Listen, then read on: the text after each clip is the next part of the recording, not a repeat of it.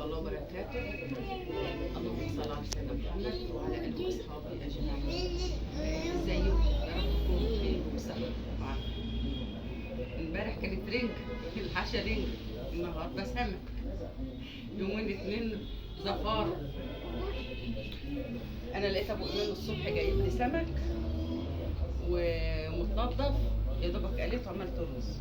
طبعا هتقولوا له الرز ابيض ما ينفعش مع السمك، انا بحبه ببصل وكده، بس فاطمه بنتي بتحبه ابيض، فاعمل ايه؟ وعبد الله ما بياكلش السمك، فانا عملته عشان خاطر فاطمه، الرز ابيض عشان خاطر فاطمه، وانا وابوها مش مهم. احنا دايما بندور على العيال قبل ما بندور على نفسنا. يعني انا هتكلم معاكم بخصوص واحده ست كبيره بتنظف فراخ، فبتلاقيتها بقول لها ربنا يديك الصحه يا حاجه ويقويك، وبدعي لها يعني. قالت لي قولي لي ربنا ما يحوجنيش لحاجه. بقول لها ليه؟ قالت لي ابني بيعدي عليا ما بيقوليش صباح الخير ولا ازيك يا امي، هو ومراته ونازلين طالعين. انا كان عندي ابن ثانويه عامه وتوفى، يعني كان بيقول لها ماما تلي مكنه اشتغل عليها واساعده، قال جابته مكان، فعمل حادثه ومات في رمضان اللي فات. فقعدت تعيط وتقول لي ربنا ما يحوجني بربنا ما يحوجني. فانت بتقولي ليه الكلام ده ويا ام ايمان؟ هقول احنا بنفضل ولادنا عننا، دايما نفضل ولادنا عن نفسنا احنا، يلي بنفضل عيالنا عن نفسنا. انت ليه امك حبيبتك ليه تعدي عليها ما تقول لهاش انت عايزه اي حاجه؟ ليه ما تريحهاش بدل ما تقف ست كبيره تنظف فراخ؟ انا بعمل الاكل اللي عيالي بيحبوه. عبد الله ما بياكلش سمك هعمل له ورد. امك دي كانت وانت بتاخد التطعيم كنت بتبقى سخن وتعمل لك كمادات، كنت عندك اللوز بتسهر طول الليل تعمل في كمادات وتديك حقن توديك وتسهر على راحتك. ليه؟ ده حرام ولا حلال؟ وانت انا كنت بجيب يعني بجيب فرختين، ما كانت حالتي يعني جينا على اخر الشهر كده وجوزي موظف وما قبضناش، اجيب فرخه على قدي كنت اعمل عليها حله محشي، واحنا 7. انا ربنا يخلي لي ولادي، ما عنديش الا عبد الله واحد وليا محمد وتوفى، هم 4 بنات وعبد الله. فكنت باكلهم هم وانا اكل محشي، يقولوا لي يا ماما خد، اقول لهم لا كلوا انتوا واشبعوا، بنفضل عيالنا عننا. ليه؟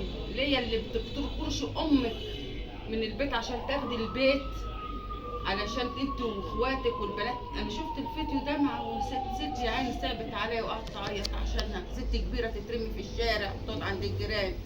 انت ليه بتعملي كده؟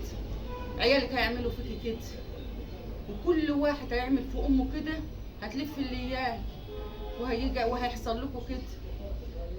انا ست كبيره وانا كبيره وجدي، وامي لسه ميته بقالها 2 سنين. والله من يوم ما ماتت انا ما فرحتش ولا قلبي فرح ولا اي حاجه. كنت اعمل لها الحاجه اللي بتحبها، الفطير اوديهولها كانت تبقى فرحانه، ابعت لها محشي، ابعت لها اللي اعمل لها بتحب العجل كنت اعمل لها عجل، ابص الاقي الضحكه في وشها كده ببقى سعيده وفرحانه.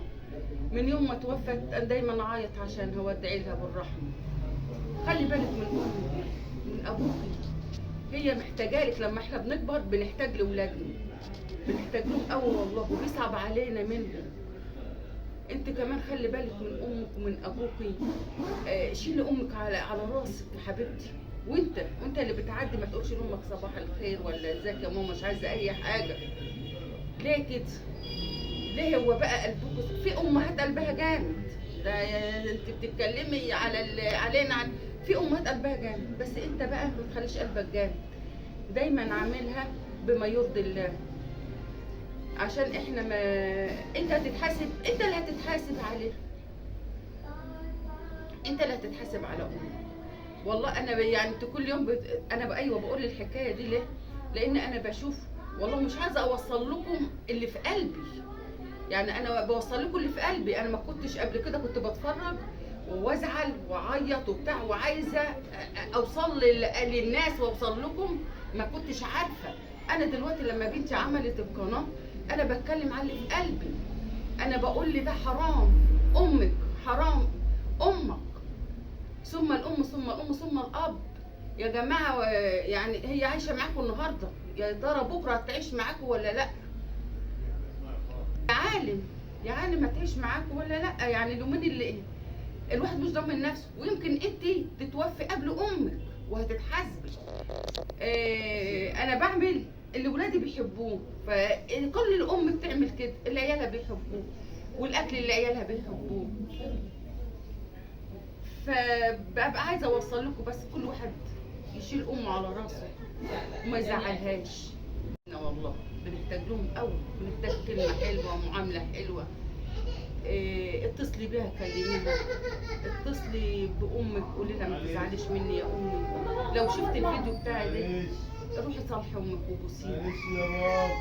صدقوني والله العظيم دعوتها بالدنيا وما فيها، دعوة الام والاب ربنا يخليها لكم، ما تتحرموش من امكم ابدا ابدا، ويخلي لكم ابوكم ويخلي لكم عيالكم، وما تشوفوش حاجه وحشه في عيالكم ابدا، ولا في صحتكم ولا في عافيتكم يا رب. الناس كلها باكملها. وسامحوني انا بتكلم من قلبي والله، علشان الست دي صعبت عليا وعايزه اوصل لكم اللي في قلبي، وسامحوني. السلام عليكم ورحمه الله وبركاته، مع السلامه.